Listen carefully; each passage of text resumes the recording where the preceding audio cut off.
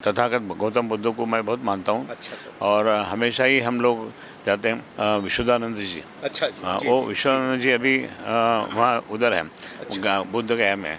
मैं उनको बहुत मानता हूँ। अरे वाह। मैं इतना मानता हूँ कि एक बार उनको बुला के पूरे संघ को अपन हे दिल होता संगदान दिया, चिवरदान दिया। चिवरदान और भोजन का, उसमें भोजन करते अच्छा हैं ना। अच्छा, हाँ जी, हाँ, भिक्षा पात्र बोलते हैं। हमेशा जी। उसने भोजन हमारे घर पे किए थे। अच्छा। चेतन कांबड़े, अच्छा। इसने देखिए ना कितना बड़ा काम किया। वो शिवसेना का संगठक है हाँ, जी, पूरा, जी, जी, बराबर। महाराष्ट्र का संगठक है।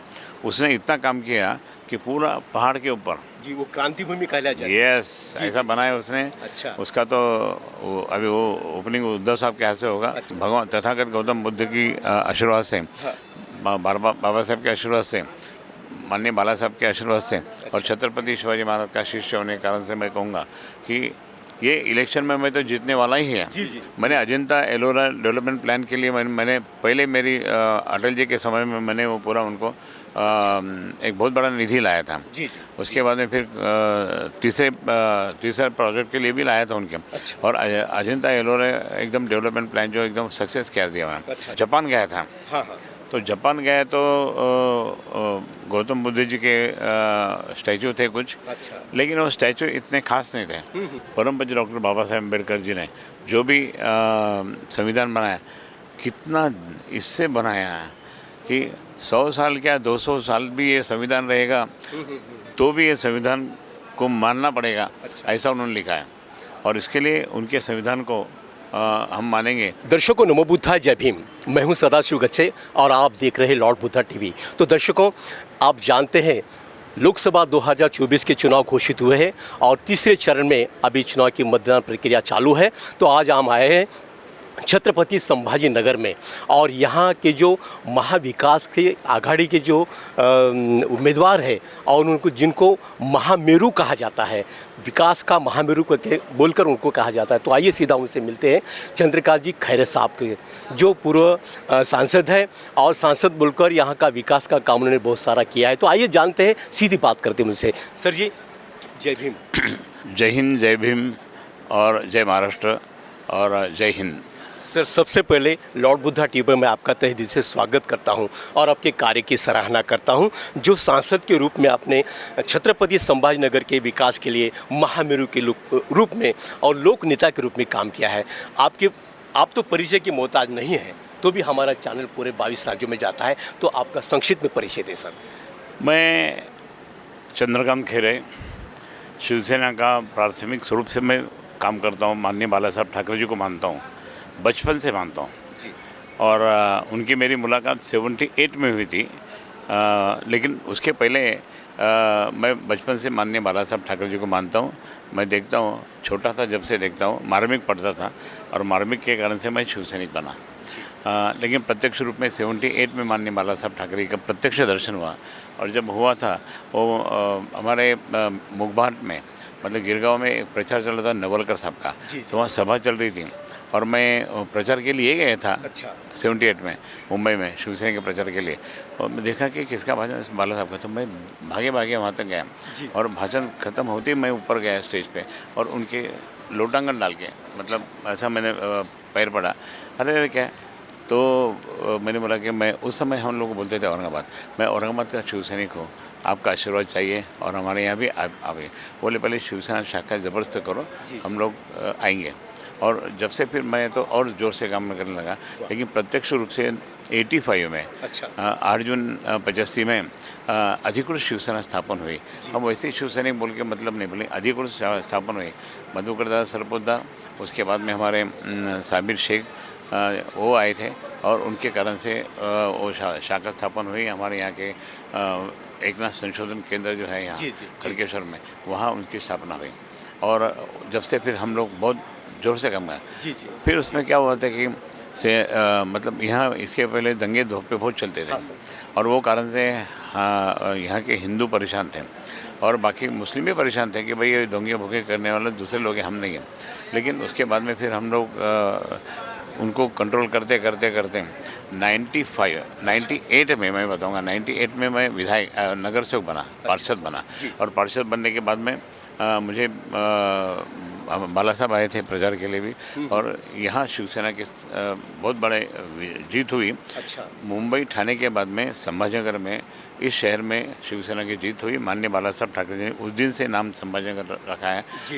और बहुत जोर से हम लोग काम कर रहे हैं। उसके बाद में फिर हमारा मेयर नहीं बना। अच्छा। फिर माननीय मोरेश्वर साहब मेयर बने पहले दूसरे साल में, और उसके बाद में उनको उसी समय लोकसभा का टिकट दिया गया। अच्छा। उन्होंने मशाल चिन्ह लेके शिवसेना का विजय प्राप्त किया। अच्छा। और उसके बाद में 90 में मैं फर्स्ट हिंदू एमएलए यहाँ हुआ। तो मैं कहूँगा कि वो जब 90 में जब हुआ, उसके पहले बहुत राइट होते थे, लेकिन 90 के बाद में मैंने जो कंट्रोल किया, अच्छा।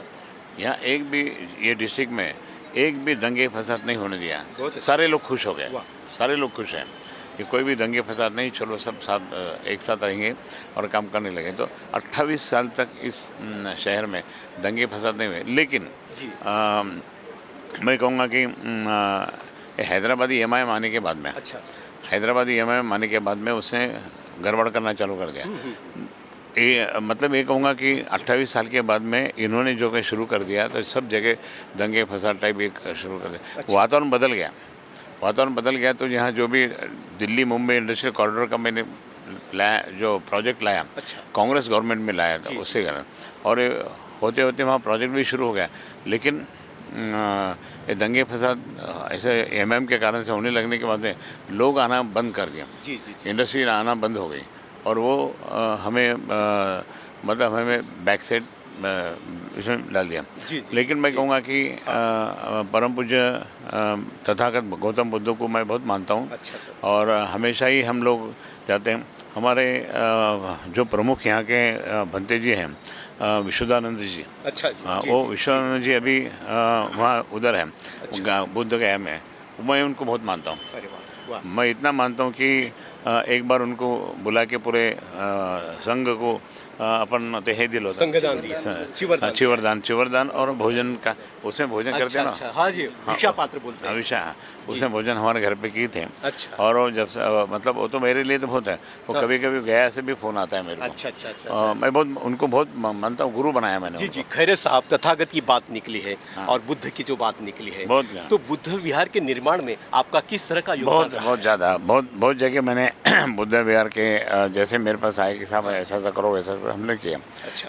एक सबसे बात ऐसी थी कि कोई सुप्रीम कोर्ट में गया था, सुप्रीम कोर्ट में गया तो बोले ये सब मंदिर ये वो सब हटाओ। अच्छा। हटाओ बोलने के बाद में मैंने और तोड़फोड़ शुरू कर दी थी, सुप्रीम कोर्ट का आदेश। तो मैंने वहाँ जाके सब रोक दिया। अच्छा। सब मंदिरों को तोड़फोड़ कर रहे तो रोक दिया, बुद्ध विहार को तोड़ने का रोक दिया, दरगाह को, चर्च को भी छोड़ दिया। मतलब सारे धर्म के लोगों को मैंने उनको किया और उनको सबको भगा दिया। अच्छा। हमारे पे केस हुई होने, लेकिन जब से हमने बहुत बड़ा वहाँ राइट टाइम हुआ था, लेकिन उसके बाद में महाराष्ट्र में एक भी जगह मंदिर और मस्जिद होंगी, बुद्ध विहार होगा, गुरुद्वारा होगा, ये कुछ भी तोड़ नहीं पाए। जी। फिर भी कोई ना कोई जाता है सुप्रीम कोर्ट में, उनको कुछ नहीं, कैसा नहीं हुआ, वो होना चाहिए। चंद्रकांत खैरू का अरेस्ट कैसा नहीं किया उन्होंने, ऐसा बस चलता रहता। खैरे साहब, लेकिन मैं कभी भी जरूरत है। अभी मेरे जो पीए है, अच्छा। वो भी एक बनते हैं वो हमारे। अच्छा। उनसे हाँ, वो का उनके साथ में हम सभी जगह जाते रहते हैं। लेकिन कभी कुछ, अभी हमारा चेतन कामड़े, अच्छा, इसने देखिए ना कितना बड़ा काम किया। वो शिवसेना का संगठक है पूरा, महाराष्ट्र का संगठक है।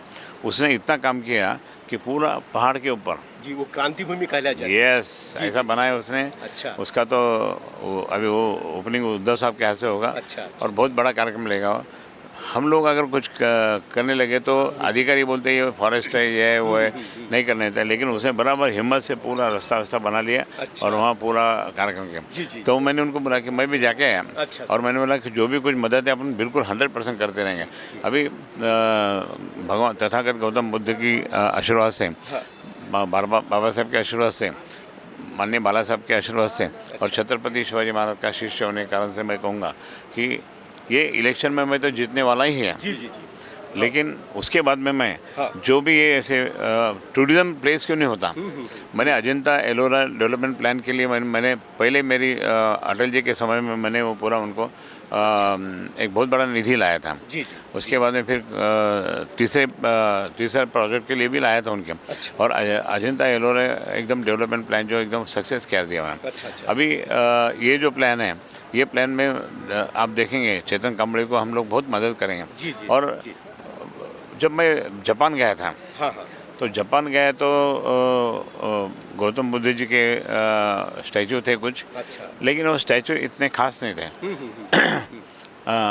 और वो वहाँ से अपने यहाँ के स्टैचू देखने को आते हैं, अच्छा। अपने यहाँ के केव्स देखने को आते हैं, जहाँ तथागत गौतम बुद्ध जी के जो भी स्थान होगा वहाँ आते हैं। अच्छा। लेकिन उनके ने तो मैंने बोला कि आप यहाँ इतना ये कुछ ना कुछ करिए, कुछ आप जैसा हमारे यहाँ के कुछ लोगों को लेके जाइए। हाँ। और बड़े बड़े स्तूप ये वो सब बुद्ध विहार आप करिए। तो बोले कोई बात नहीं, तो आने जाने चलो उनका। जी। ये टूरिज़्म प्लेस है और संभाजीनगर औरंगाबाद, बराबर है, सही और वहाँ अच्छी तरह से पूरे वर्ल्ड में सब में मतलब बहुत बड़ा समुदाय या बहुत बड़ा धर्म अच्छा। माना जाता है गौतम बुद्ध जी का। जी। तो उसके कारण से जहाँ जहाँ भी जो कंट्रीज़ है हाँ, हाँ। कि वहाँ गौतम बुद्ध जी का ये चलता है, तो यहाँ आके जाते रहते हैं। जी। खैरे साहब, बाला साहब ठाकरे जी का आपको आशीर्वाद मिला है और आने वाले चुनाव में आप जीत कर आने वाले हैं, तो भविष्य में आपकी क्या योजनाएं रहेगी? भविष्य में ऐसी योजना है कि इस जो 5 साल में हम लोग बहुत पीछे चले गए, अच्छा। क्योंकि मैं नहीं था। जी। और हम लोगों ने देखिए अजंता एलोरा डेवलपमेंट प्लान मैंने जो सैंक्शन करके दिया था अच्छा। सेंट्रल गवर्नमेंट से, वो कारण से लेकिन अभी भी और भी कुछ करना है, और भी कुछ करना है। अच्छा। तो देश भर के जग भर के वर्ल्ड के सारे लोग यहाँ ये हेरिटेज है। अच्छा। और मतलब ये कहूँगा कि ये पूरे हेरिटेज देखने के लिए आज हाँ, अच्छा। और वो आएंगे, टूरिज़्म बढ़ेगा। हाँ। उसके बाद में यहाँ का डेवलपमेंट होगा, यहाँ इंडस्ट्री आना चाहिए। जी। इंडस्ट्री आना चाहिए। हमारे एक प्रिंसिपल सेक्रेटरी हैं, अच्छा। डॉक्टर हर्षदीप कांबळे बोल के, उनका मैं बहुत बड़ा मतलब मेरी दोस्ती है उनके साथ में। तो उन्होंने जो जगह 2-3 जगह इन्हें अच्छा बौद्ध स्तूप वगैरह खड़ा किया। हाँ। और अच्छा जैसा कि अपन इसमें जाते हैं फुलंब्री रोड पे जाते हैं तो है, मतलब अजंता के जाते होता, तो ऐसे उन्होंने किया। लेकिन उन्होंने ये किया, और उन्होंने जो भी हाँ। जो छोटे मोटे स्मॉल स्केल इंडस्ट्री वाले बच्चे हैं उनको ट्रेन किया, जी। जो कि उनको फिर मदद की उनको। अच्छा। और मदद करके मतलब जो कोई ऐसी समाज के इसमें आते होंगे, तो बुद्ध उनके बुद्ध कार्यकर्ताओं को भी उन्होंने बहुत ये करके स्टैंड किया। जी। उनका हमने एक बार सेमिनार भी लिए थे, हमारे अच्छा। मंत्री जब थे वो, जी। तो हमने ये किया। तो वो इतना अच्छा काम करते हैं कि उनके कारण, तो उनके साथ में हमारा जो मिलना जुलना चालू है। अच्छा। और हम लोग उनके माध्यम से अभी और आगे अच्छा। अभी आज लकीली वो इंडस्ट्री प्रिंसिपल सेक्रेटरी बने। अच्छा। तो जी। हमारे यहाँ भी जो भी इंडस्ट्री आती नहीं ना, तो उनको हम लोग जाते थे फॉरेन में, वो जाते थे। लेकिन ये जो MIM के कारण से ये सब एक दहशत बैठी अच्छा। उद्योजक को कि भाई यहाँ तो ऐसा है, तो वो नहीं होना करके मैं। अच्छा। खैरे साहब, अपने देश के अंदर अनेक जाति के लोग रहते हैं, बराबर, हिंदू रहते हैं, मुस्लिम रहते हैं, बौद्ध रहते हैं, क्रिश्चियन रहते हैं, लेकिन आने वाले समय में 2024 में अगर बीजेपी सत्ता में आती है तो संविधान बदलने की भाषा हो रही, लोगों में चर्चा है, इस बारे में क्या कहेंगे आप? मैं कहूँगा कि मैंने मोदी जी के सामने मैंने भाषण किया था, बोला था हम संविधान कभी भी बदल नहीं देंगे। अच्छा। शिवसेना ये संविधान को बदलने के लिए शिवसेना का विरोध है। जम के बोला था मैं, ऐसे 3-4 बार बोला मैंने, 3-4 बार ऐसा जैसे मौका मिला हम लोग संविधान नहीं बदलेंगे करके। एक बार तो हंगामे में हमने बाइकआउट भी करने लगा हमको। अच्छा। लेकिन मैं कहूँगा कि परम पूज्य डॉक्टर बाबा साहेब अम्बेडकर जी ने जो भी संविधान बनाया, कितना इससे बनाया है कि 100 साल क्या 200 साल भी ये संविधान रहेगा तो भी ये संविधान को मानना पड़ेगा। अच्छा। ऐसा उन्होंने लिखा है, और इसके लिए उनके संविधान को हम मानेंगे। लेकिन 400 प्लस का मतलब क्या है? माननीय उद्धव जी ठाकरे साहब ने ये बोला ना कि 400 प्लस का मुद्दा में है कि वो संविधान बदलने वाले हैं। अच्छा। तो हमारे माननीय उद्धव जी ने जहाँ भी अभी हमारी सभा हुई, महाविकास आघाड़ी की हो, शिवसेना के हो, तो वहाँ भारत माता का चित्र रख के वहाँ संविधान का खिताब पोथी जैसा, हमने जैसे पोथी पढ़ते हैं ना वैसे करके उसकी पूजा की, एक राष्ट्र ग्रंथ राष्ट्र ग्रंथ बोल के पूजा की उनके। और मानने वाला उद्धव जी ने तो ये पूरा सभी जगह ये कर दिया कि भाई संविधान की पूजा करते जाओ। वो एक मूवमेंट सभी कास्ट में चले गए हम, और विशेषतः जो बाबा साहेब जी को मानते हैं वो कास्ट में तो इतना गया कि उन्होंने कहा कि इनको वोटिंग ही नहीं करेंगे। ये जो बीजेपी के लोग हैं वो जो करते हैं ना, तो बिल्कुल वोटिंग नहीं करने का, क्योंकि ये संविधान बदलने वाले हैं। मोदी जी ने एक जगह कहा हम संविधान कहाँ बदलने वाले हैं, हम तो कैसे बदलेंगे, बदल नहीं सकते। फिर 400 प्लस क्यों, 400 प्लस क्यों? और इसके लिए लोगों को तो डाउट है, और मैं कहूँगा कि कोई भी उनको वोटिंग नहीं देगा। अच्छा। खैरे साहब, छत्रपति संभाजी नगर में आपका बहुत नाम है, लोगों में चर्चा है कि खैरे साहब चुनकर आना ही चाहिए, तो प्रचार की यंत्रणा किस तरह से आपकी काम कर रही है? ये काम चालू है, सब हमारा नेटवर्क है शिवसेना का। शिवसेना का नेटवर्क, शाखा प्रमुख है, वो सब गांव-गांव में शाखा प्रमुख है, तालुका प्रमुख है, ये है वो है, यहाँ भी शहर प्रमुख है वगैरह, उनको पूरा हमारे जो डिस्ट्रिक्ट प्रेसिडेंट जो रहता है वो, और बाकी मैं तो शिवसेना का नेता हूँ, तो हम लोग उनको पूरे ही करते हैं। अभी अंबादास जी दानवे भी शिवसेना के नेता तो है, लेकिन विपक्ष के भी नेता है। हमारे पास अभी कोई मंत्री का नहीं है। अभी अंबादास जी दानवे के माध्यम से वो मंत्री पद कैबिनेट रैंक का विरोधी पक्ष नेता है, तो वो एक बेनिफिट थोड़ा होता है। लेकिन मैं कहूँगा कि अभी किसी भी हालत में हम जोर से काम करेंगे और फिर ये जीत हासिल करेंगे। जी खैरे साहब, अभी क्या है, ऐसे में चर्चा है लोगों में कि हिंदू राष्ट्र घोषित किया जाएगा 2024 के बाद, इस बारे में आप क्या कहें? नहीं, उसमें हमारी अभी पार्टी की पॉलिसी कुछ डिसाइड नहीं हुई। पार्टी की पॉलिसी जब डिसाइड होगी जब आपको बताएंगे। अच्छा। सर, जाते जाते मेरा आखिरी सवाल आपसे रहेगा कि लॉर्ड बुद्धा टीवी के माध्यम से पूरा देश अभी देख रहा है, आपकी बातें सुन रहा है, तो लोगों से इस मतदाताओं के लिए क्या अपील करेंगे, आज क्या कहेंगे? मैं कहूँगा कि लॉर्ड बुद्धा जो अपने चैनल है वो सब लोगों ने देखना चाहिए, और इसलिए देखना चाहिए कि क्या मैसेज आते हैं। क्योंकि मैं अभी किसी को बुरा नहीं लगना, अभी सारे चैनल 2 ही व्यक्ति ने खरीद कर दिया, सब चैनल जी, और वो उनके मुट्ठी में है। अच्छा। अगर ये उनके सब चैनल अगर सब ऐसे चलने लगे, सब चैनल मतलब ऐसे, अभी NDTV आ गया मराठी में, बोला यार NDTV आया तो अच्छा है, क्योंकि पहले प्रणव राय जी का था, तो उनको तो अरेस्ट किया था। अच्छा। तो अभी लेकिन वही खरीदी कर दिए अडानी जी ने, तो अडानी जी, अंबानी जी, इनका चैनल, लेकिन अपना लॉर्ड बुद्धा, ये सब सारे हमारे जो हमारे जो बहुजन समाज, लेकिन जो हम जिसको मानते हैं भंते जी, वो उनका मार्गदर्शन उसमें है। अच्छा। और वो उनके कारण से और बाकी आप लोगों के कारण से ये चैनल बहुत अच्छे चले और सब लोग देखें, ये मैं मेरी शुभकामना देता हूँ। तो दर्शकों, ये थे चंद्रकांत जी खैरे साहब, जो महाराष्ट्र के छत्रपति संभाजी नगर से आते हैं और महाविकास आघाड़ी की वो उम्मीदवार है।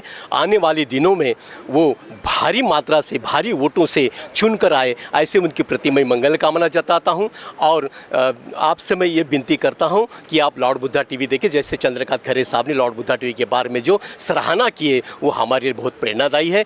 कैमरामैन स्वराज के साथ मैं सदाशिव गच्छे, लॉर्ड बुद्धा टीवी, छत्रपति संभाजी नगर।